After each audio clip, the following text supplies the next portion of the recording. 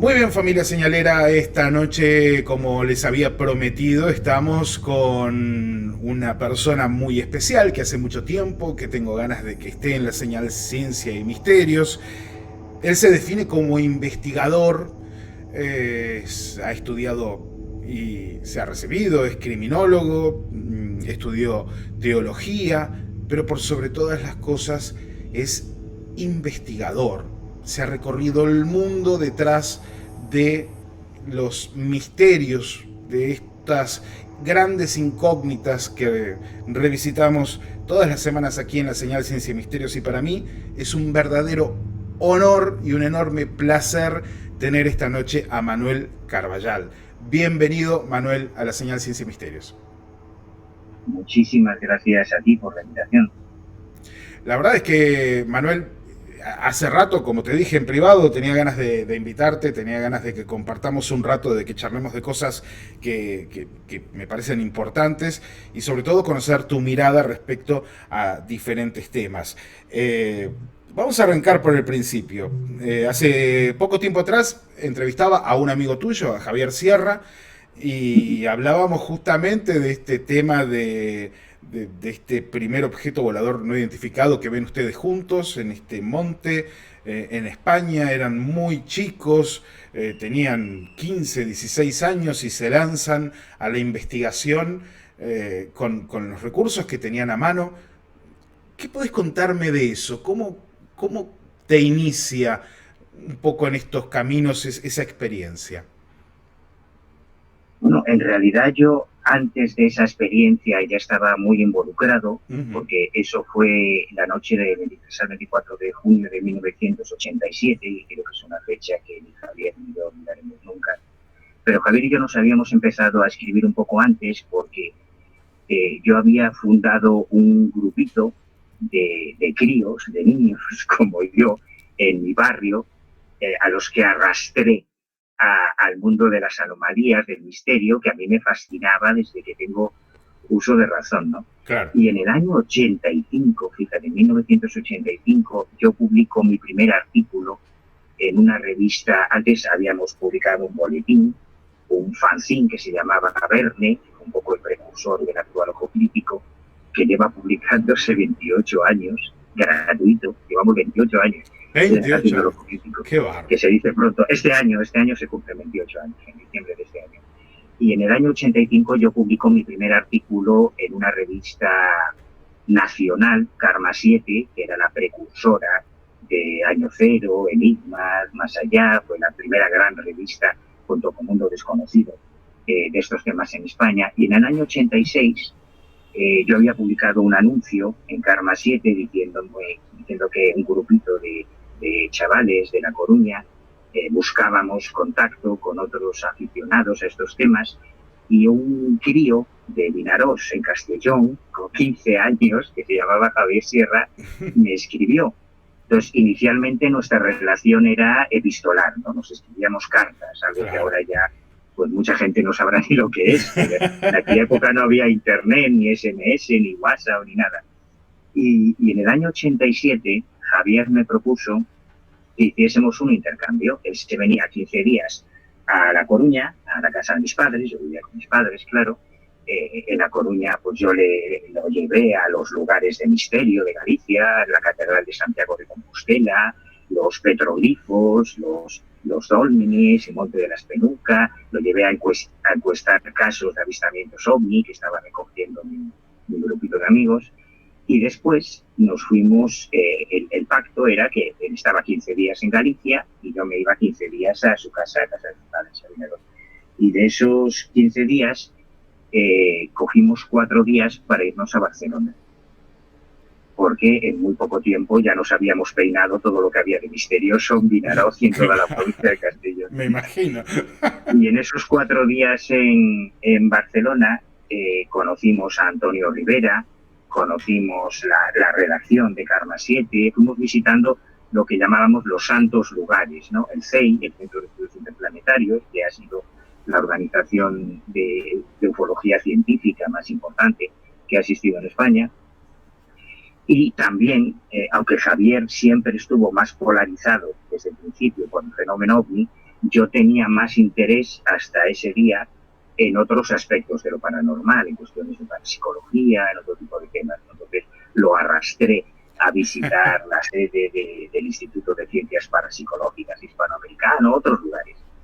Y la noche, ese día en concreto, el día 23, quedamos con Luis José Grifol. Bueno, habíamos estado el día anterior en la sede del CEI.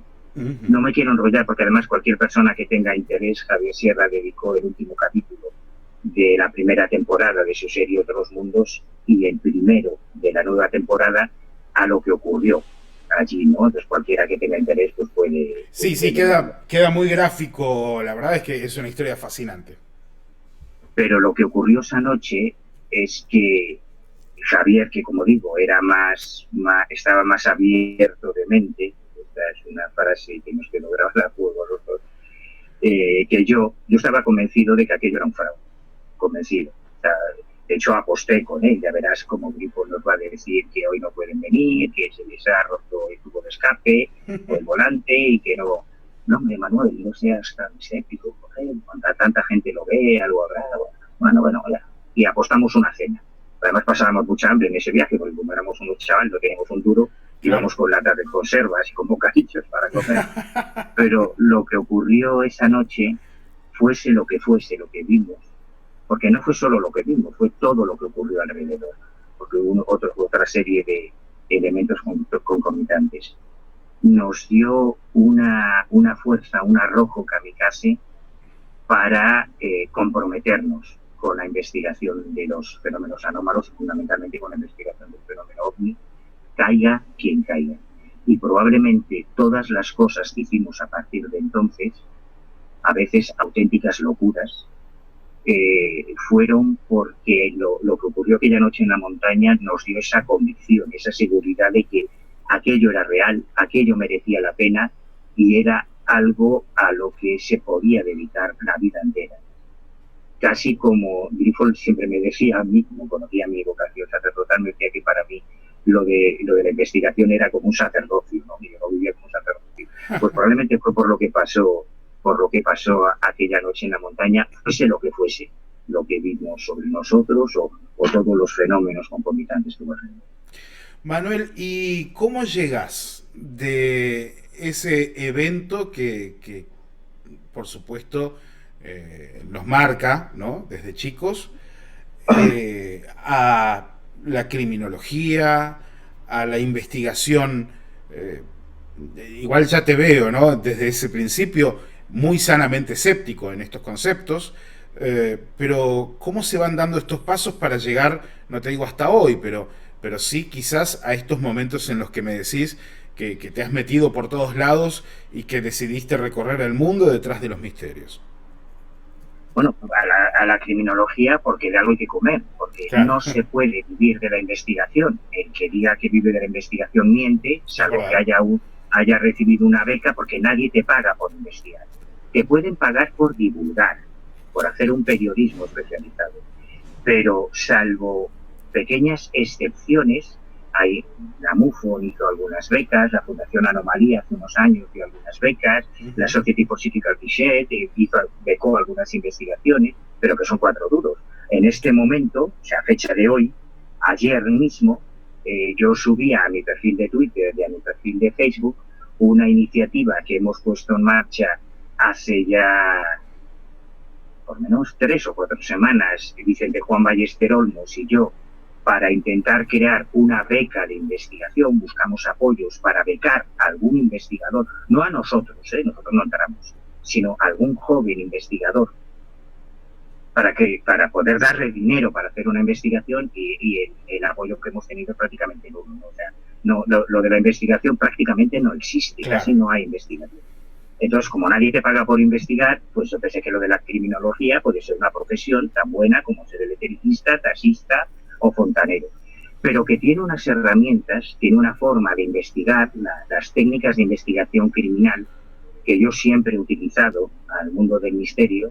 Creo que son herramientas muy útiles porque lo que busca una investigación policial o una investigación criminal son los hechos, no las interpretaciones, no la filosofía, no, los hechos. ¿Este tío mató a este tío o no? ¿O es inocente? Y Tal aunque cual. parezca sorprendente, en el mundo del misterio falta mucho de eso. Todo se da por supuesto. Un testigo te cuenta una historia y ya se supone que esa es la realidad. Nadie se molesta en investigar si eso que te cuenta el testigo es una transcripción real de los hechos o es una mentira.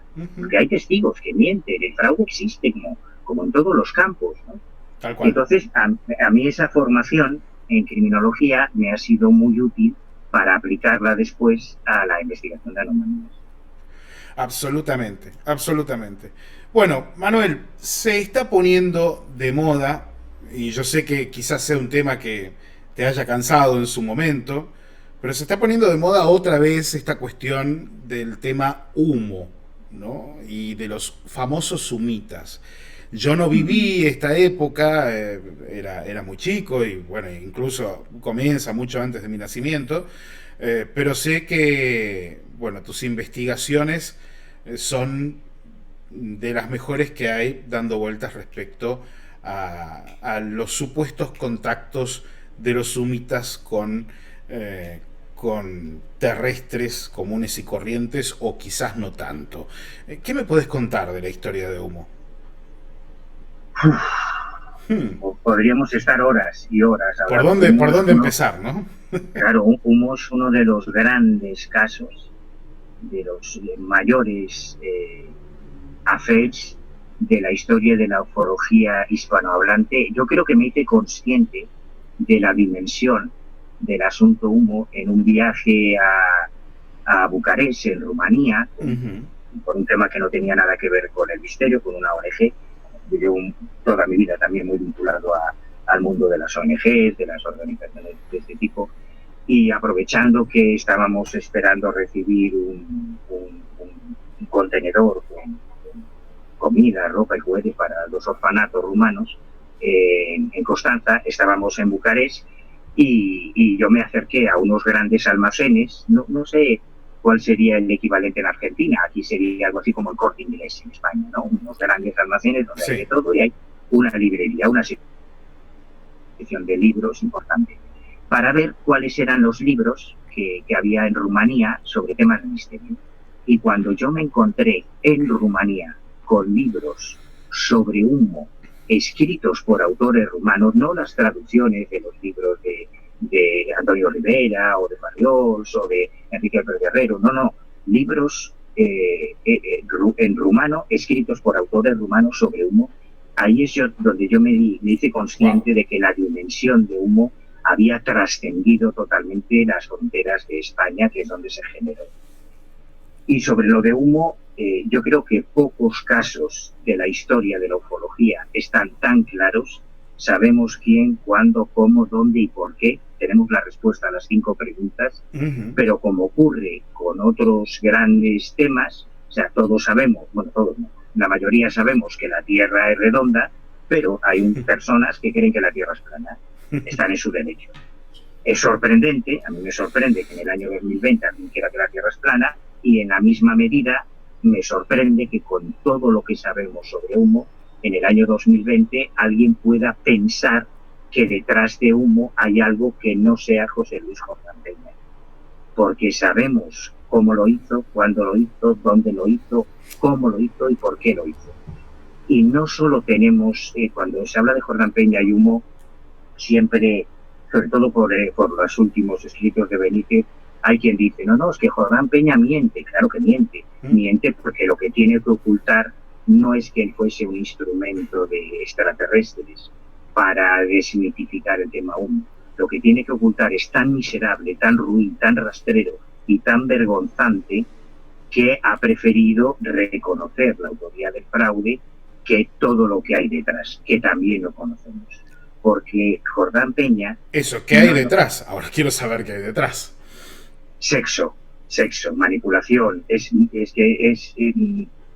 Yo no tengo problema en contarte. Lo que ocurre es que cabe la posibilidad de que nos demanden, porque es tan sucio, es tan miserable. Ahora que además está tan de moda este documental de Netflix sobre Einstein y todo ese escándalo, bueno, pues lo de Humo nace de una forma relativamente parecida. Te das cuenta de la gravedad de lo que estamos comentando. Sí, por supuesto que sí. Humo nace en un momento determinado, si es que está tan claro.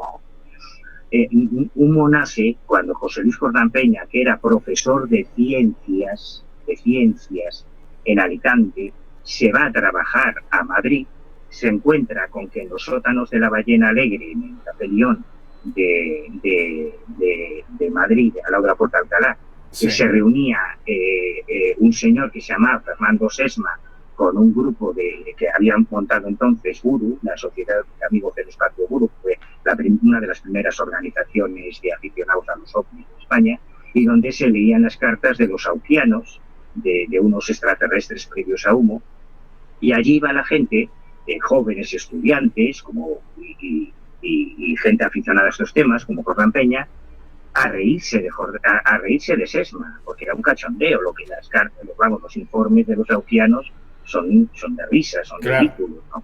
Y entonces a Jordán Peña se le ocurre rizar el rizo. Dice, ¿tú quieres mensajes extraterrestres? Pues ahora vas a tener mensajes extraterrestres. Y como él era profesor de ciencias, yo recuerdo además que cada vez que iba a casa de Jordán Peña, lo que me encontraba en su salón, tenía un revistero al lado de la mesa del salón, sí, con la investigación y ciencia, la revista Nature, la muy interesante, o sea, era un tío muy metido en el mundo de la ciencia. Por eso los informes humitas parecen tan científicos, porque el autor evidentemente tenía grandes conocimientos científicos. Pero cuando él empieza a mandar aquellas primeras cartas a Sesma y al Grupo Madrid y se da cuenta de que se lo tragan, pero que se lo tragan todo, descubre el poder, la embriagadora sensación de poder, de que cualquier cosa que él dijera, estas personas, y no hablo de personas normales, porque Sesma al fin y al cabo, bueno, era un periodista, era un articulista, pero es que en el grupo de Sesma estaban comisarios de policía, estamos hablando de la época de Franco, de la dictadura en España, estaba la secretaria de la Embajada de Estados Unidos, había intelectuales como Alfonso Paso, dramaturgos, y todos se creían todo lo que él decía. Pero hasta tal punto hay un episodio muy ilustrativo de ese poder, que es cuando se produce la crisis de los misiles en Cuba, cuando parece que está a punto de estallar la Tercera Guerra Mundial. Bahía de Cochinos.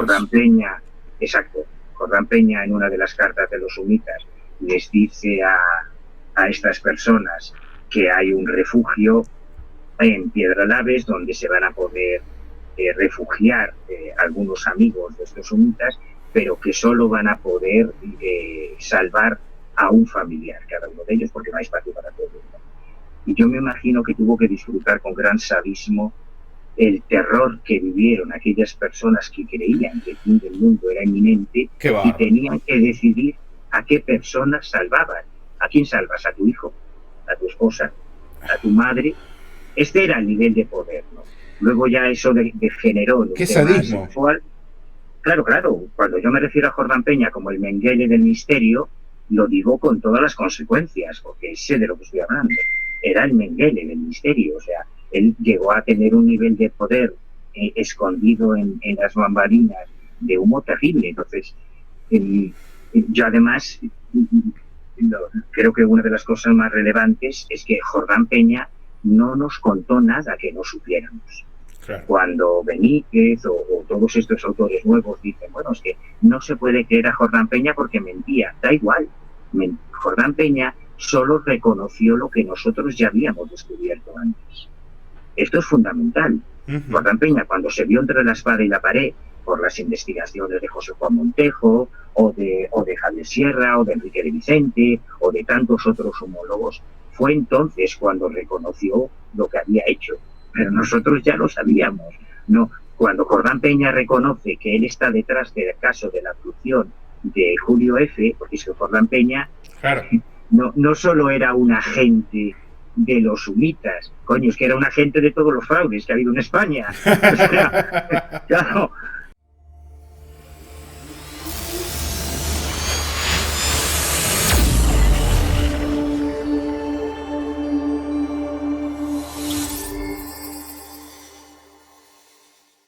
Los fraudes de Jordán Peña no se limitan al asunto humo. Jordán Peña ha sido un cáncer, por tantos otros en el mundo del misterio, que salpica a otra casuística. Bueno, justamente hablábamos hace muchos años atrás con José Caravaca del tema de Julio F. Y le digo, pero José, Jordán Peña también está metido en esto.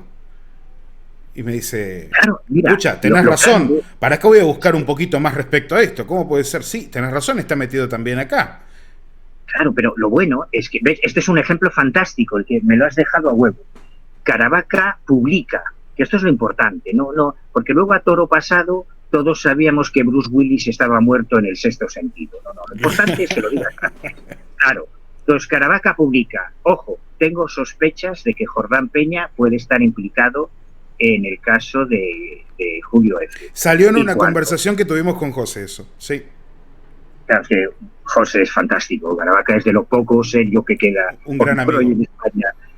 Y entonces aprovechamos una nueva reunión con Jordán Peña, de José Juan Montejo y de David Cuevas, y se lo preguntan directamente, oye, tú tienes que ver con, mira, es que hemos visto estos dibujos de Julio F., esto que ha publicado José Antonio Caravaca, y queremos que tú estás detrás de esto. Y entonces Jordán Peña, siempre a posteriori, reconoce, pues mira, pues es verdad, a mí vino a verme este tío, me dijo que había sido abducido y yo le dije, mira, lo que deberías contar es esto y poner este símbolo de los humitas y decir que eran altos, rubios, de aspecto nórdico, que esto le va a dar más credibilidad. Este es un ejemplo perfecto de que Jordán Peña no nos dijo nada que no hubiésemos averiguado nosotros antes, pero cuando el peso de la evidencia era tan demoledor, pues él no le quedaba más remedio que reconocer, y es más, yo no solo te hablo por tener el testimonio de Jordán Peña, yo me pasé muchas horas hablando con Jordán Peña. Claro. Es que tengo pruebas físicas, sólidas, tridimensionales. O sea, el troquel que utilizó para hacer las láminas que aparecieron en San José de Valderas lo tengo yo en mi casa. ¡Wow! O sea, no es que él me contara, no, es que hay pruebas físicas. Entonces, todas estas chorradas, todas estas estupideces y tonterías que salen ahora con lo de los humitas, claro, a mí me suenan a la teoría de la Tierra plana. O sea, claro, bien. ¿Vos qué sentís cuando ves, por ejemplo, un presentador en YouTube diciendo que recibió una carta humita, hoy por hoy? Pues mira, tristeza, una gran tristeza, pero no solo con humo, hay un montón de misterios. Hace 3 o 4 años hicimos una pequeña recopilación en el Ojo Crítico que titulamos 25 falsos misterios que te siguen vendiendo como auténticos. Cualquiera que lo busque en Google lo va a encontrar enseguida. Bien. Y son casos clásicos que nosotros hemos explicado hace años, pero que todavía siguen apareciendo en programas de televisión, en programas de radio, en libros, en revistas, en YouTube, como si fuesen misterios reales. Pero nosotros ya sabemos que son casos explicados. Lo que ocurre es que siempre es mucho más rentable el misterio que la respuesta. Siempre es mucho más rentable el enigma sin solución aparente que descubrir lo que está detrás de las cosas, porque es lo que quiere el público. Ahora, en el próximo número del Ojo Crítico, que será el número 91, si no me equivoco, que estamos trabajando ahora en él, queremos doblarlo, ¿no? Y sacar un trabajo que sean 50 falsos misterios que todavía hoy te siguen vendiendo como auténticos. Bien. Y humo bien. es uno de ellos, como tantos otros. ¿Sabes qué pasa con lo de humo? Hay una figura, ahora vuelvo a lo que hablábamos antes de la criminología, en el mundo de la investigación policial y la criminología se conoce muy bien la figura del imitador. Sí. Y esto en el mundo del misterio no se conoce. En el mundo del misterio hay muchos imitadores, que son personas que utilizan un caso anterior para inspirar un nuevo fraude. Como en los asesinos seriales, por ejemplo. Por ejemplo, sí, o estafadores en serie, o violadores en serie, hay muchas variables. En el caso del misterio hay muchos estafadores en serie. pero una barbaridad. La gente no es consciente de hasta qué punto existen. Y en el libro que saco mañana, precisamente, hay un capítulo que se llama así, sobre un estafador en serie. Y en el caso de la criminología, los imitadores es una figura muy estudiada. Humo es un ejemplo estupendo de imitadores. Cuando se empezó a hacer conocido el asunto Humo, primero a través de los libros de Antonio Rivera, Enrique López Guerrero, Rafael Parriot, luego ya de Benítez, Jiménez del Oso, etcétera, la gente sabía que para darle una pátina de autenticidad a una historia de marcianos tenía que utilizar el símbolo de Humo. Y nos hemos encontrado casos que no tienen nada que ver con Jordán Peña, cuando los defensores de Humo dicen es que Jordán Peña no lo hizo todo. Claro que no fue necesario. Claro. Cuando Eduardo González montó una secta pedófila para violar a niños, haciéndose pasar por un príncipe extraterrestre, les grababa a fuego en el hombro el símbolo de Humo y utilizaba las fotos de San José de Valderas para convencer a los niños, fíjate, yo vengo de este planeta y mis naves las han fotografiado y salen en libros de autores muy prestigiosos. Y les enseñaba los libros de Rivera o de Benítez y los niños decían, coño, si sale aquí, claro, esto es verdad. Claro, Jordán Peña no tiene nada que ver con Eddie González. Eddie González fue un imitador que se inspiró en la historia de Humo para generar sus propios fraudes. El caso del aterrizaje en el Monte da Zapateira, en La Coruña, es un caso clavado, calcado, absolutamente copiado del de San José de Valderas, con las huellas en el suelo, con el pasto chamuscado, con el símbolo de Humo, con las fotos del platillo volante, con el símbolo de Humo en la panza, exactamente igual. Pero Jordán Peña no tuvo nada que ver con este tío que se llamaba... Pues se me dio el nombre. Bueno, es igual, el tío que también me terminó confesando que había sido él. No estoy hablando de especulaciones. Y este tío lo que hizo fue inspirarse, imitar el caso de Humo. Así que todas las mierdas que están saliendo en todo el planeta con el símbolo de Humo y cosas humitas ahora, es lógico, es normal, porque tienen de dónde copiar. Son imitadores. Y Jordán Peña no tiene nada que ver con ellos. Eso es lo único cierto. Ahora, Manuel, todo esto me lleva a otra pregunta, ¿no? Que tiene que ver con todo esto de lo que venimos hablando, y es el peligro de las figuras endiosadas o de estos supuestos iluminados que comienzan a organizar alrededor suyo un movimiento que puede terminar convirtiéndose en una secta de corte negativo. Esto también lo has investigado y me gustaría conocer tus opiniones al respecto, porque es un tema con el que, sobre todo, como te decía también en la charla previa, en estos tiempos en los que vivimos momentos de zozobra, en los que la realidad parece demasiado cruda como para siquiera poder considerarla, es cuando comienzan a florecer casi como hongos en la humedad, este tipo de movimientos que muchas veces se convierten en movimientos peligrosos. Claro. Bueno, en realidad ocurre siempre. Esto forma parte de la historia de la humanidad desde que se crearon las religiones. Pero es cierto que en los tiempos de crisis florecen más porque la gente tiene que buscarse el pan, tiene que buscar de qué comer.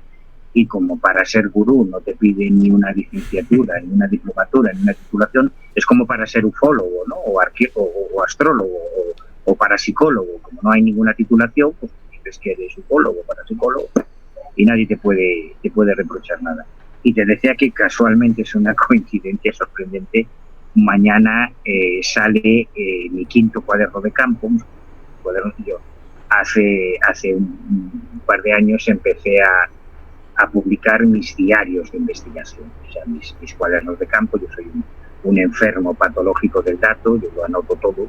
Desde que empecé en estos temas, allá por principios de los años 80, tengo diarios con cada investigación, con todas las notas, y empecé a publicar mis cuadernos de campo de una serie de la que mañana precisamente sale el quinto volumen, que se titula Traficantes de Ilusiones, que creo que es una forma de sintetizar en 3 palabras qué pienso de estos personajes. Estamos viendo la tapa en este momento, mientras hablas. Todos mis cuadernos de campo son mis diarios de investigación. Yo no trabajo con casuística ajena ni con bibliografía americana. Yo hablo de lo que yo he investigado, de lo que yo he visto sobre el terreno y de las personas a las que yo he conocido. Investigaciones que no son una encuesta, que no es entrevistar a un tío que te cuente que ha visto una luz en el cielo. Las investigaciones, cuando yo hablo de investigaciones, entiendo que son procesos que pueden llevar años. Cada uno de los casos puede llegar a llevarte años de investigación. La investigación que yo hice sobre Carlos Castaneda, por ejemplo, que dio lugar a la única biografía que se ha escrito en el mundo sobre Carlos Castaneda, además de haberle conocido personalmente, lógicamente, si no, yo no escribiría sobre Castaneda, si no lo hubiese conocido, fueron 5 años solo dedicado a investigar la biografía de Carlos Castaneda, que a pesar de que ha pasado a la historia como un antropólogo célebre, un doctor en antropología por la Universidad de UCLA, lo que él creó es un nuevo movimiento religioso, el neonahuatismo tolteca. En definitiva, una secta mortal, una secta terrible que costó vidas. Es una historia espeluznante, pero que encaja muy bien con esto que expresabas en tu enunciado, como a veces estos personajes llegan a crear unos sistemas de creencias tan emotivos, tan atractivos, tan convincentes, tan elocuentes, por los que las personas pueden llegar a perder su vida. O sea, que te quiten la pasta, perder el dinero es lo menos grave. Es lo menos grave, es verdad, es lo menos grave.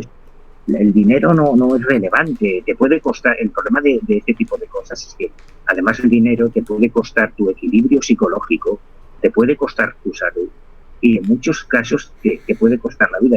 Yo te pido perdón si en algún momento me apasiono demasiado y utilizo palabras malsonantes. No, por favor. Los papeles.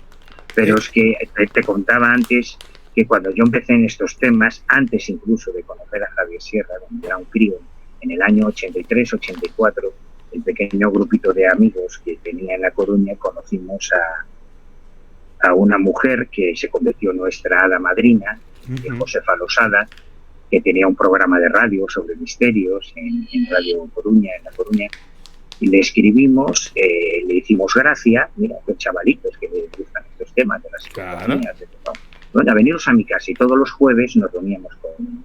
Y yo la primera vez que hice una sesión de Ouija fue con Cassandra, y la primera vez que eché las cartas del tarot fue con Cassandra, y la primera vez que di una psicografía fue con Cassandra.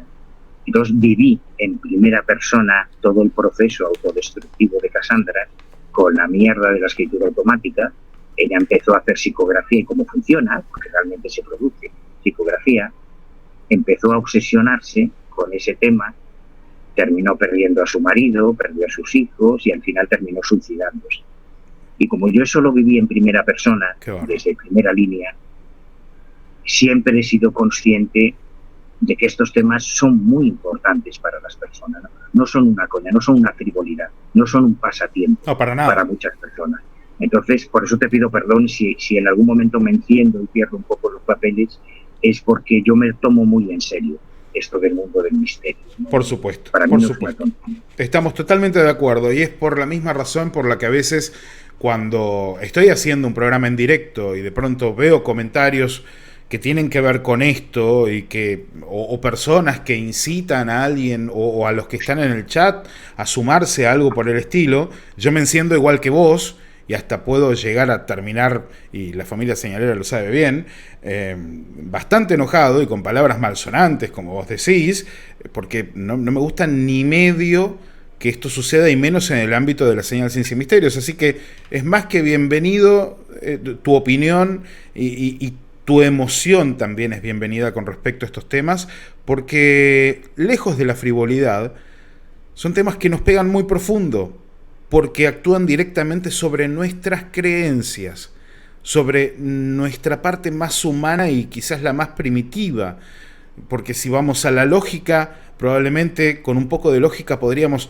descartar muchas de estas cuestiones frío, en 2 minutos, como bien decías, ¿no? Bueno, este hombre o mató a alguien o no lo mató, en la criminología queda mucho más claro, pero aquí donde cualquiera pretende poner argumentos imposibles de comprobar para tratar de defender algo que es todavía más imposible de comprobar, nos encontramos de pronto con un problema bastante grave, que es el que parece que todo el mundo, y eso está muy bien, puede pensar lo que quiera o crear lo que quiera respecto a un tema, pero arrastrar a los demás detrás de una figura que se propone casi como crística, me parece bastante peligroso. Me parece bastante peligroso, y lo vemos en muchos personajes, por lo menos aquí en Latinoamérica, en la actualidad, y es un tema que por lo general suele terminar muy mal. Sí, sí, yo por desgracia o por suerte, no lo sé, pero al venir de la criminología, yo me he especializado en una cosa que el comisario Antonio Viqueira Hinojosa rubricó, clasificó como criminalidad esotérica, que es ese punto de intersección entre el mundo de la investigación policial o criminal y el mundo de las creencias en lo sobrenatural, en lo paranormal, en los ovnis y demás. Y hay todo un mundo dentro de esa criminalidad esotérica que tiene que ver con sectas, con estafas paranormales, con suicidios rituales, con un montón de cosas que nos tocan mucho dentro del mundo del misterio. Entonces, cuando conoces ese lado oscuro, que es un poco también lo que ha venido haciendo el Ojo Crítico durante 27 años. Al final el Ojo Crítico, cuando nació el Ojo Crítico, mira, fue en los años 90, en 1992. En aquella época todos nosotros, la gente que en aquellos momentos éramos unos críos, Javier Sierra, José Guijarro, Iker Jiménez, Bruno Carriñosa, Lorenzo Fernández, todos editábamos nuestros fanzines, ¿no? Que eran unas revistillas a fotocopias, sí, muy humildes, que nos intercambiábamos entre nosotros y donde publicábamos nuestras investigaciones. Javier Sierra y José Guijarro publicaban El Colegio Invisible, Iker Jiménez y Lorenzo Fernández publicaban La Última Hora, Bruno Carreñosa y Javier García Blanco publicaban el Desclasificado, y yo empecé a publicar El Ojo Crítico. Cuando llegó Internet, todos esos boletines desaparecieron. El único friki que todavía 28 años después sigue sacando el boletín soy yo, que soy inasequible al desaliento.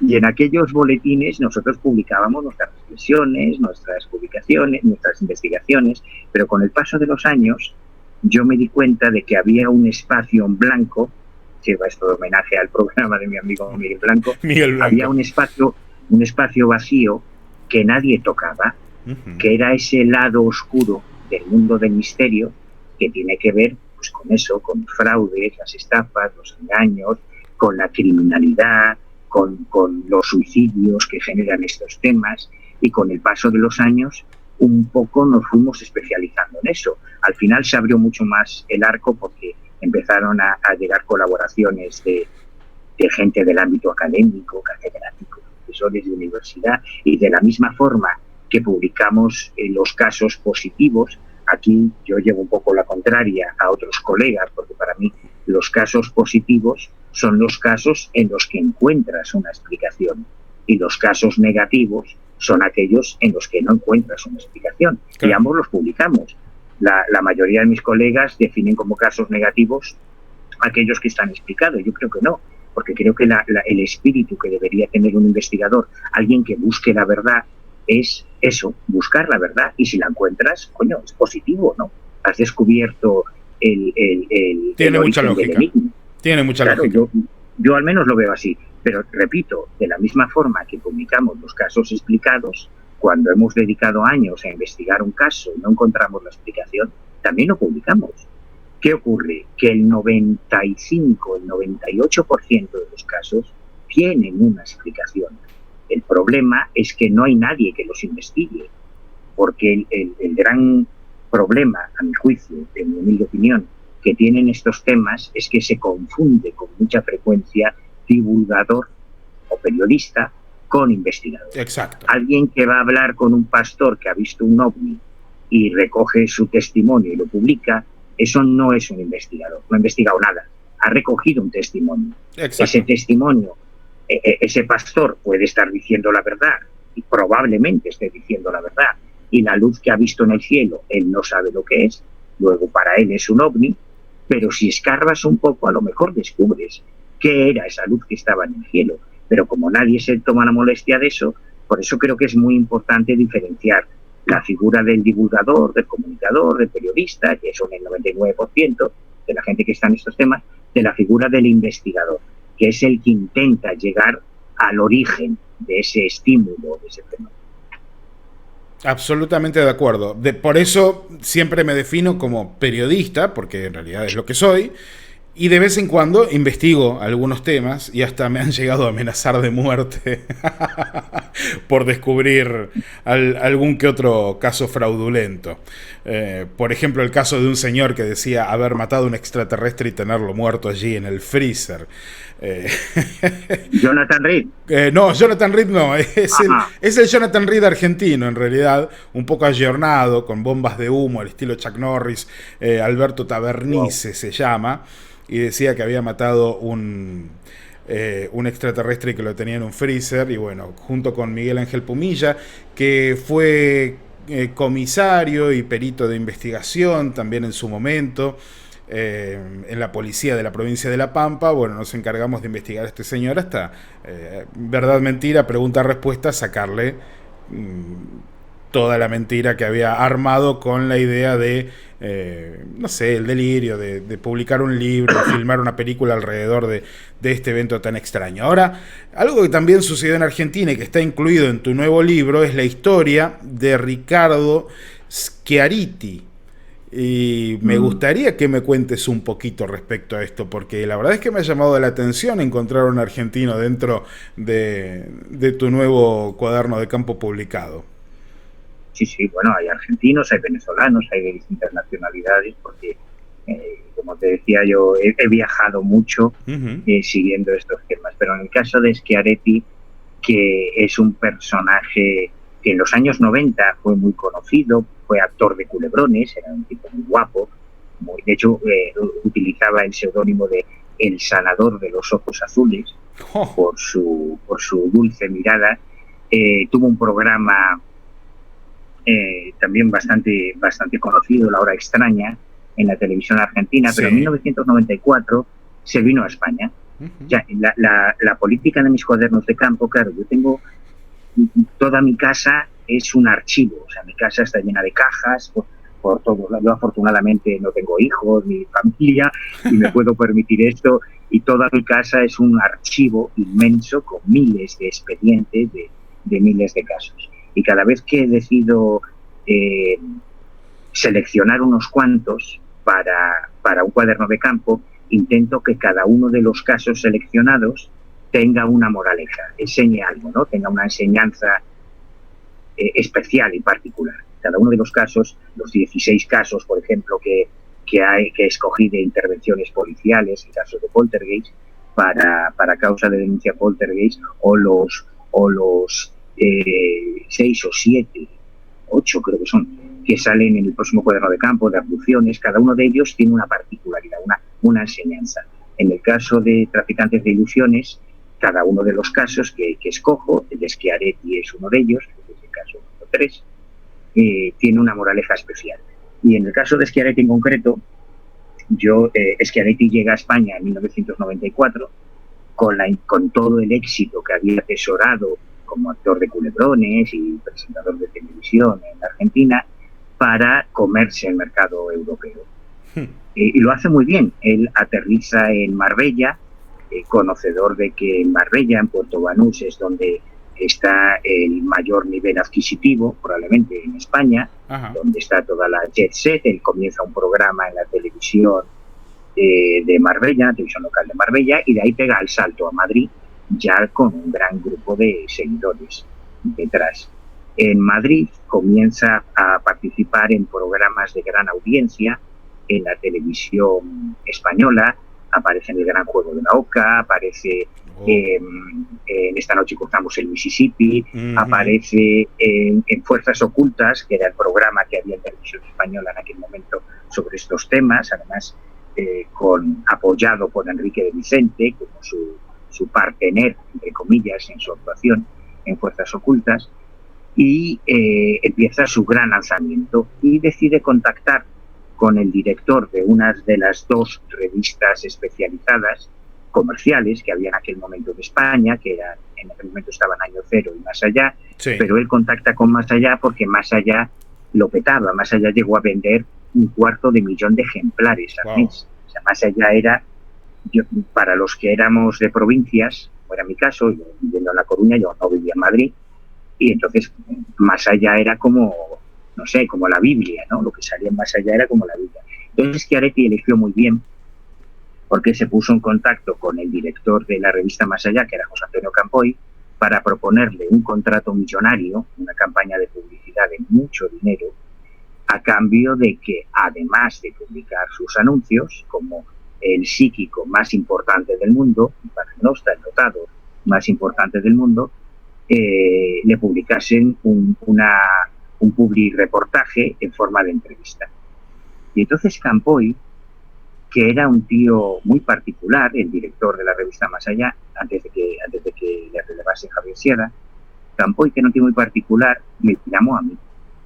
Y cada vez que, cuando a mí me llamaban, claro, imagínate, yo soy un tío de provincia, yo vivo en La Coruña, en el culo del mundo, en el Finisterrae, en el fin de la tierra.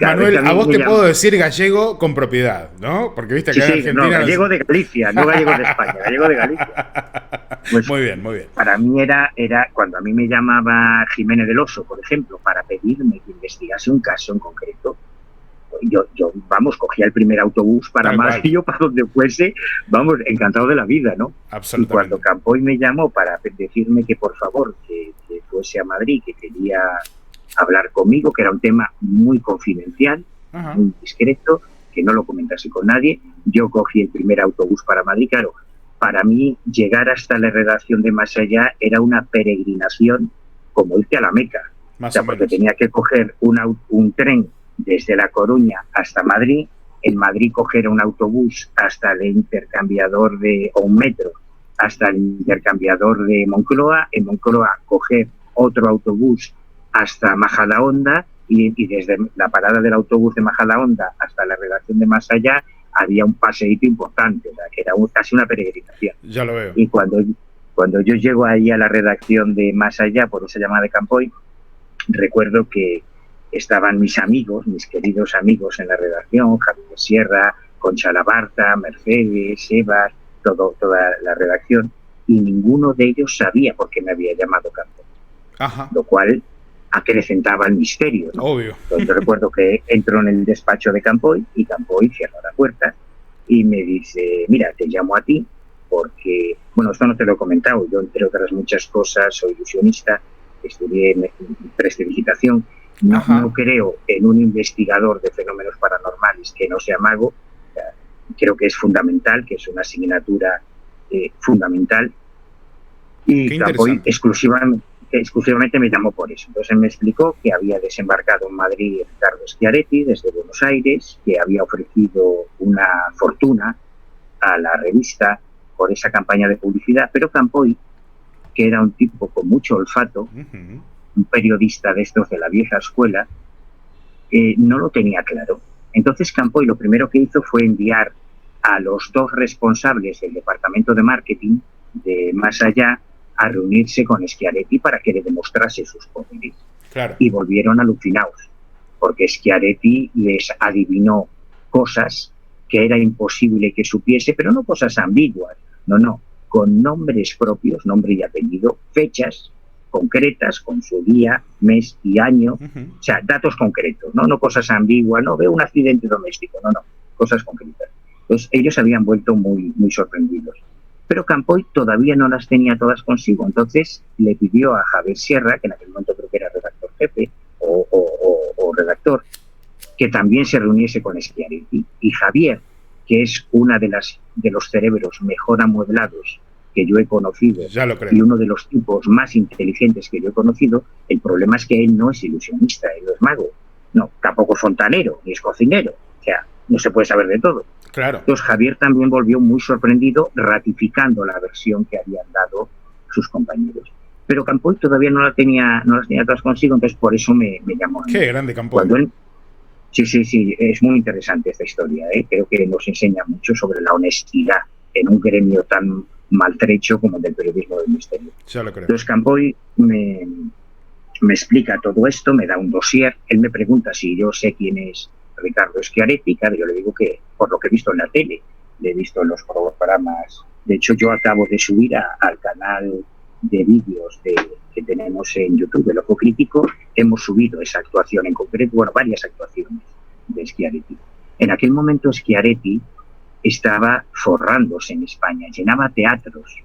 O sea, esto de hacer exhibiciones en los teatros fue algo que empezó tu paisano Fabio Cerpa en España, que luego siguieron otros personajes como la Medium Germain o Iker Jiménez y Carmen Porter, que llenan teatros. Bueno, pues en aquel momento Schiaretti llenaba teatros en la Gran Vía. Claro. También he subido una de sus actuaciones en un teatro de la Gran Vía. Y se forraba, aprovechaba para vender libros. Recuerdo que vendía unos CDs y unas cintas de cassette con sus cursos de autoayuda y demás. O sea, estaba ganando mucho dinero en España con todo eso. Y entonces Campoy me pide que yo investigue a Schiaretti. Yo me llevo todo ese dossier, los libros que me dio, lo estudio, y cuando ya tengo claro la manera de afrontar el tema, le digo a Campoy que necesito una coartada para reunirme con Schiaretti, porque claro, Schiaretti no va a recibir a un investigador especializado en fraudes que encima es ilusionista. Entonces montamos una historia como que yo era el fotógrafo de Más Allá, que iba a hacer las fotos para ilustrar la entrevista y demás. Acudo a su oficina, que era en el centro de la Gran Vía, en el complejo Azca, que es un complejo de oficinas muy, muy caro, era un dúplex, además recuerdo que me impresionó su oficina. Cuando llego allí, su asistente me dice que tengo que esperar porque, bueno, no me quiero enrollar porque la historia es muy larga. El caso es que yo por fin tengo una reunión con Schiaretti y con la excusa de hacer las fotos y demás, le pido que poner a prueba sus facultades sobrenaturales y sus capacidades de percepción extrasensorial. Y lo que me hace Schiaretti es un truco de ilusionismo. Me hace varios. El primero es un truco de lo que llamamos en ilusionismo matemagia, que son juegos matemáticos, son juegos estadísticos, ¿no? Que tienen una solución final, pero que si lo adornas con verborrea y palabrería espiritual o esotérica o mística, pueden pasar por un ejercicio de la vivencia. Cuando ya él se ve confiado, me hace otra demostración de piromagia, que yo, como me conocía el truco, es que tuvo mala suerte, porque eran trucos que yo ya conocía, que se llama el centro roto. Todo esto está grabado, porque como yo le había dicho que me había pedido Campoy que le hiciera un par de preguntas para completar la entrevista, si no le importaba que grabase y tal, todo lo que te estoy contando, yo no cuento nada que no se pueda demostrar. O sea, me ahorro toda la tontería de si creen o no creen en lo que digo, todo esto se puede demostrar. Entonces todo está grabado. Entonces Schiaretti despliega todos sus encantos, todas sus capacidades paranormales, y cuando ya termina la actuación, creo que el término actuación es muy correcto en este caso, me dice, bueno, espero que hagáis una buena entrevista en Más Allá, con todo lo que has visto y tal, y en la cinta, en la grabación, se escucha que yo le digo, pues tengo un problema, porque todo lo que has hecho hasta ahora son trucos de ilusionismo y el trozo de papel con mis datos lo tienes en el bolsillo delantero izquierdo del pantalón. Entonces él se cabrea, yo pensé que ahí me iba a agredir, pero no. Él se cabrea, intenta, bueno, en fin, que era todo un puto montaje, un fraude, una estafa, como siempre. Y entonces yo redacto un informe que lleva el mismo título que lleva el capítulo del libro este de Tratar de Ilusiones. Yo lo titulé prudentemente El caso del mentalista mentiroso, porque lo que hace Schiaretti es mentalismo, es una disciplina que hay dentro de la prestidigitación y del ilusionismo. Pero Campoy, que estaba muy enojado por aquella tomadura de pelo, sacó un reportaje enorme, a todo color, a doble página, con el título de Ricardo Schiaretti, mentalista, no, mentiroso y mentecato. Y claro, aquello hundió a Schiaretti. Tuvo que cerrar la consulta en Madrid, cerrar la consulta en Málaga, se acabó vender libros, se acabó vender CDs, se acabaron las actuaciones en los teatros, se volvió a Argentina, durante varios años todavía siguió frecuentando los platos de televisión, porque en el año 85, que es cuando se publicó esto, no existía Internet como ahora y las noticias tardaban mucho más en llegar. Pero la moraleja de esta historia, las dos moralejas de esta historia, es que la revista Más Allá perdió un contrato millonario. Probablemente los editores de la revista Más Allá nunca supieron que José Antonio Campoy perdió ese contrato millonario porque prefirió que primase la verdad a ganar dinero con la revista, claro. Lo cual a mí me parece muy encomiable, me parece una lección de honestidad enorme. Me quito el sombrero. La segunda moraleja es que no te puedes dedicar a investigar fenómenos anómalos si no tienes conocimientos de ilusionismo y prestidigitación. Es fundamental. Son las dos moralejas de este caso en concreto.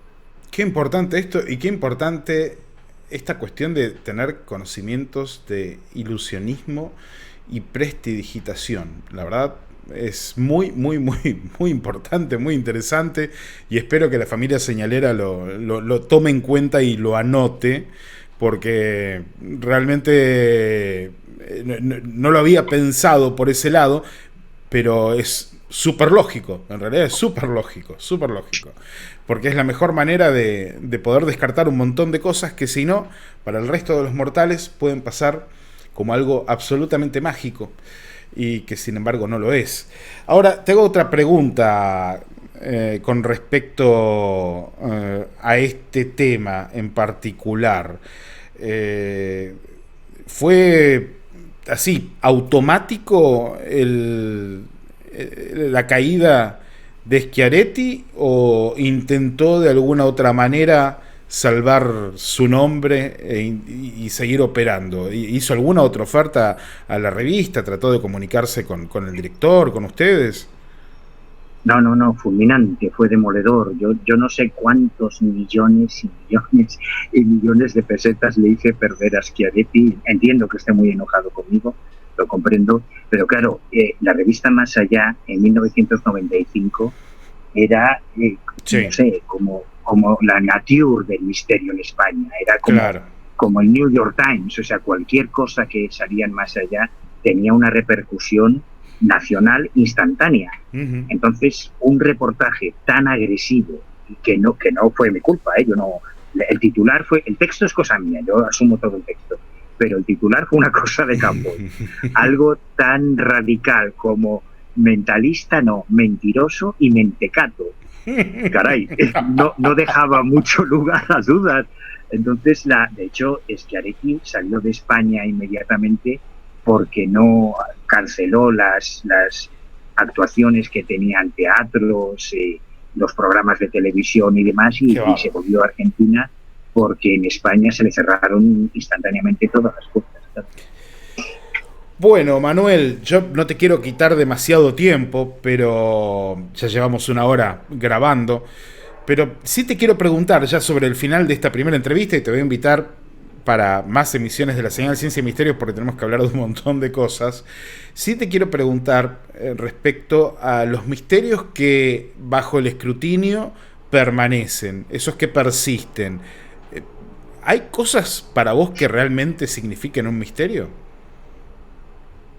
Sí, claro, si no sería tan estúpido de seguir dedicando todo mi dinero y todo mi tiempo libre a estos temas. Claro, yo sigo manteniendo la esperanza, yo quiero creer, lo que no quiero es que me tomen el pelo. Uh-huh. Pero de todos los casos que investigas, la inmensa mayoría, como te decía, tienen una explicación convencional, la inmensa mayoría son confusiones bien intencionadas de los testigos, no sé, que de repente escuchan golpes en su casa y lo atribuyen a un poltergeist, y a lo mejor es algo que tiene que ver con las cañerías o con la arquitectura del edificio. Testigos que ven una luz en el cielo. Ahora, por ejemplo, se están viendo muchos casos de esferas enormes, bueno, pues que son los globos de Google que están intentando sustentar de Internet a zonas no urbanas, o los satélites estos que están ahora apareciendo en los Starlink, sí, de Elon exacto. Musk. Entonces, el testigo no miente, el testigo ve algo en el cielo, un objeto, que vuela, que no sabe lo que es. Exacto. Hay casos de fraudes también, que no son la mayoría, y luego hay un reducto de casos que se resisten a todas tus investigaciones. Pero yo no represento a nadie, yo te hablo exclusivamente por mí, Fernando. Bien. Yo intento ser muy riguroso, de verdad que yo te juro que yo intento llegar al límite, hasta al final. Y hay casos en los que yo no he encontrado la explicación. Esos son los casos que a mí me permiten seguir manteniendo la esperanza de que realmente, bueno, independientemente de lo que yo he vivido a nivel personal, pero ahí ya te hablaría como testigo, no como investigador. Pero yo creo que hay casos muy sólidos que resisten cualquier explicación convencional. Pero ojo, que yo no haya conseguido encontrar la explicación no significa que no la tenga. Bien. A lo mejor hay otro investigador más eficiente que yo que consigue descifrar un misterio que para mí permanece como tal. Yo esto lo asumo, no pasa nada. Es como una investigación criminal. La inmensa mayoría de los homicidios se resuelven, se encuentra el homicidio. Esto del crimen perfecto está muy bien para las novelas, pero con todas las herramientas que tenemos ahora, la criminalística, el ADN, las forensías, bueno, cada vez es más difícil cometer un crimen y salir indemne. Pero hay crímenes no resueltos, existen crímenes no resueltos. Lo que ocurre es que en el mundo del misterio, por volver al símil criminológico, cuando antes te decía que se confunde la figura del investigador con la figura del divulgador, es un poco lo que ocurre en el mundo de los sucesos, ¿no? De la crónica negra, sí, de la prensa criminal. Están los periodistas de crónica negra que no resuelven ningún crimen porque no son policías. Entonces ellos cuentan, van a un sitio y a Pepito lo mató su mujer y le sacan las fotos y transcriben el testimonio. Pero quienes resuelven los crímenes son o deberían ser los policías, claro, o los investigadores, ¿no? En esto ocurre un poco lo mismo. Ahora tú imagínate un policía que no resuelve ningún caso. Entonces le entrevistan y le dicen, oiga, usted investigó el caso del crimen de los Galindos, ¿no? Sí, fue un caso muy misterioso, un caso muy enigmático, con muchas incertidumbres. Bueno, pero ¿encontraron al culpable? No, es un misterio. Pero bueno, usted investigó el caso del atraco al Banco Central. Sí, fue un caso muy enigmático, un robo con muchos implicados, pero no sabemos, es un misterio. Bueno, pero ¿usted ha resuelto algún caso? No, yo resolver no resuelto ningún caso, a la puta calle. Ese claro, policía no. Bueno, pues si esto lo traspolamos al mundo de la investigación, tendremos una imagen un poco de qué es lo que ocurre con la investigación de la criminalidad. Entiendo. ¿Podrías nombrarme un caso que te sigue pareciendo una gran incógnita? Te puedo nombrar muchos y además todos están, o muchos de ellos están publicados en El Ojo Crítico. Sí. Para mí el caso de Nina Kulagina, esta psíquica rusa, sí, que hizo lo que no hizo nadie. Probablemente todos los señaleros conocen a Uri Geller, sí, el tío israelí que doblaba cucharas, con el que yo además he tenido bastante relación y bastantes contactos personales por varios temas distintos, el último por Carlos Castaneda, porque Uri Geller también le conoció, pero no conoce, a lo mejor no conocen tantos a Nina Kulagina. Si ponen en Google Nina Kulagina, verán a una señora rusa que no es que doblase cucharas, es que en teoría movía objetos a distancia sin contacto. El caso de Nina Kulagina para mí es extraordinario, es una auténtica anomalía, porque Nina Kulagina fue investigada en distintas universidades soviéticas durante muchos años. Yo puedo reproducir y superar lo que hace Nina Kulagina contra el postilusionismo, de hecho lo he hecho, ¿no?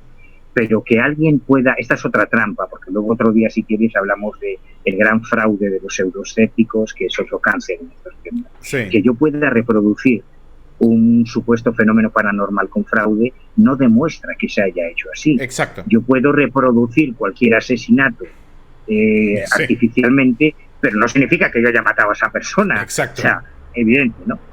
En el caso de Kulagina, yo tuve la suerte de poder conocer a personas que la trataron en su momento y eso me motivó a hacer una investigación muy extensa. Dedicamos casi un monográfico en El Ojo Crítico, o sea, muy largo, al caso de Kulagina, con todo lo que existía sobre Kulagina, además de las filmaciones, de los experimentos, Kulagina, digo que es una anomalía porque cuando el movimiento pseudoescéptico llega a Rusia y especulan con que Nina Kulagina es un fraude, esto es una anomalía porque normalmente los denunciados son los estafadores, son los falsos videntes.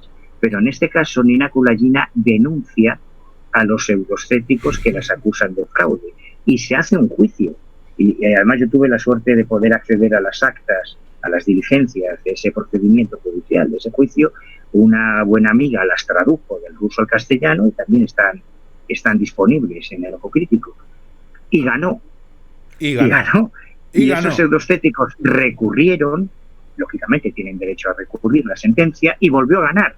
Entonces, para mí el de Nina Kulagina es un caso absolutamente extraordinario. El caso de Mónica Nieto, que yo tuve la suerte de vivir desde el principio, desde 1988 en primera línea, y todavía sigo manteniendo la amistad con ella, esa niña cacereña que reproducía los fenómenos de Uri Geller y otros, que la llevamos, hicimos pruebas ante notario, la metimos en un hospital con psiquiatras, con neurólogos, le metimos electromiógrafos, cardiógrafos. O sea, la investigación que se hizo con Mónica Nieto es insólita en la historia de la parapsicología española. En cuanto a ovnis, casos como el de Luis Carballo y el coronel San Benito, que es un avistamiento radar visual de 2 cazas de combate a pleno día, a las 11 de la mañana, que ven un objeto desde 2 aviones diferentes que aparecen en los radares.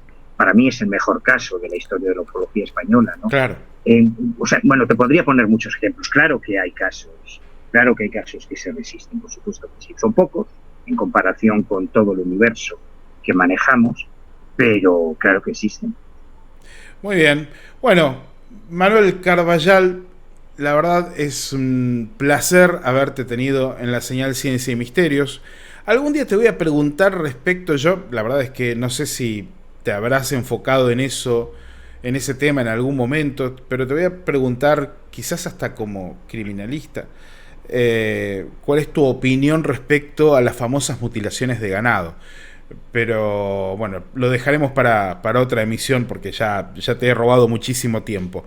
La verdad es que te agradezco muchísimo esta charla porque ha sido muy esclarecedora con respecto a un montón de cuestiones y creo que ha sido también una advertencia muy profunda y con muchos datos, y como vos bien decís, de todo lo que hablás tenés pruebas, de todo lo que decís tenés algo para respaldarlo, y allí está además el Ojo Crítico, que se lo quiero recomendar muchísimo a la familia señalera porque es una de las lecturas obligadas dentro de este mundo, el mundo de los misterios, el mundo de lo desconocido, de lo muchas veces inexplicable, pero la verdad es que me imaginé que la charla iba a ser rica y profunda, pero ha superado todas mis expectativas. Así que, Manuel, te agradezco muchísimo de verdad estar esta noche en la señal Ciencia y Misterios y haber compartido una puntita del iceberg de investigaciones.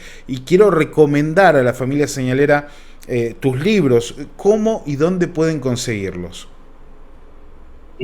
Bueno, son libros de autoedición, con muy poquitos ejemplares, pero que se encuentran fácilmente en cualquier portal de internet, en eBay, en Amazon, en Todo Colección. Yo creo que poniendo simplemente en Google Cuadernos de Campo Manuel Carballal y ya le van a aparecer todas las fórmulas. ¿Hay versiones digitales como para poder comprarlas, por ejemplo, en Amazon? Todavía no es... Bueno, ya te has dado cuenta de que yo soy muy torpe con esto de las cuestiones informáticas. Hemos tenido unos prolegómenos un poco extensos antes de empezar a grabar, porque yo soy bastante torpe y todavía no he explorado eso de la edición digital. Además, yo soy de la vieja escuela. Me gusta el papel. El imbécil que dijo que el saber no ocupa lugar, no vio mi biblioteca. Tengo como verdad, tampoco la mía. 10.000 o 12.000 libros, una barbaridad. Bárbaro, pero a mí me gusta el olor, me gusta tocarlos, me gusta subrayarlos, ponerles post-it, apuntar en las páginas en blanco las ideas que me sugieren. Y yo soy todavía de los nostálgicos del papel. Aún no he empezado a explorar eso del libro. No, bueno, el ebook aquí en Argentina, sobre todo para las publicaciones que vienen del exterior, es casi te diría fundamental, porque con los desastres que tenemos constantemente con la economía y con el dólar y con los precios a veces se hacen por un libro prohibitivos, ¿no? Se hacen millonarias las transacciones para poder conseguir un libro del exterior. Por lo que sería una buena opción tener en algún momento tus cuadernos de investigación disponibles en ebook, para que buena parte de la familia señalera los compre, tenga acceso y pueda leer tu trabajo desde la fuente, ¿no? Pero de todos modos en El Ojo Crítico se pueden encontrar con un montón de material relacionado a esto. Sí, además lo menos importante del ojo crítico es lo que yo pueda contar, porque antes existían en España, supongo que, bueno, evidentemente, en Argentina y en todo el mundo también, revistas técnicas de misterio. Esto es algo que se ha perdido. En España tenemos Sí. publicaciones extraordinarias como cuadernos de ufología o Steinbeck en el campo de los ovnis. No, no, no, no, O como, me muero leyendo Stendrick. Es genial. Me bajé toda la colección que pues está yo te digitalizada y es recomiendo hermosa. te recomiendo con entusiasmo, igual que Stendek, Cuadernos de Ufología, en el campo de la parapsicología, la revista Psicomunicación de la Sociedad Ok, Española de Parapsicología o la revista Hipergea, es extra, o sea, no se ha hecho nada parecido en investigación paranormal. La gente se cree de verdad que no sabemos nada de estos temas, sabemos un huevo, de mm, verdad, del mundo de la parapsicología, de los ovnis, de cómo funcionan las cosas, sabemos muchísimo, pero lo hemos olvidado. Ha llegado Internet y es paradójico. En lugar de tener más conocimiento, el poco conocimiento que había se ha quedado sepultado en un montón de ruido de fondo, ¿no? es Pero verdad. como todas esas revistas fueron desapareciendo y lo único que ha quedado parecido es El Ojo Crítico, recibimos unas colaboraciones, o sea, hemos publicado tesis doctorales enteras, trabajos Wow. de catedráticos de universidad, de profesores, hablando de estos temas, que es una audacia para un académico atreverse a publicar sobre estos temas, ¿no? Entonces yo creo que ahí van a encontrar material muy interesante y que les va a sorprender. Y además es gratis, es lo bueno que tiene, que no es gratis, todo esto es gratis. Y encima es gratis. Y encima es gratis, familia señalera. Así que ya saben, El Ojo Crítico, estoy poniendo la dirección aquí debajo para que vayan. Y también en la descripción del video de esta emisión central de la señal. Bueno, Manuel, la verdad en serio, muchas gracias por abrirnos la puerta a tu búnker para charlar un rato de estos temas. Y la verdad es que ya estoy esperando, ya tengo ganas de que sigamos charlando un poquito más respecto a tus investigaciones y las cosas que has encontrado, que sé que son muchas y muy, pero muy interesantes y algunas tremendamente emocionantes. Ya lo compartiremos. Manuel, gracias por estar en la señal. Al contrario, Fernando, mil gracias a ti por invitarme.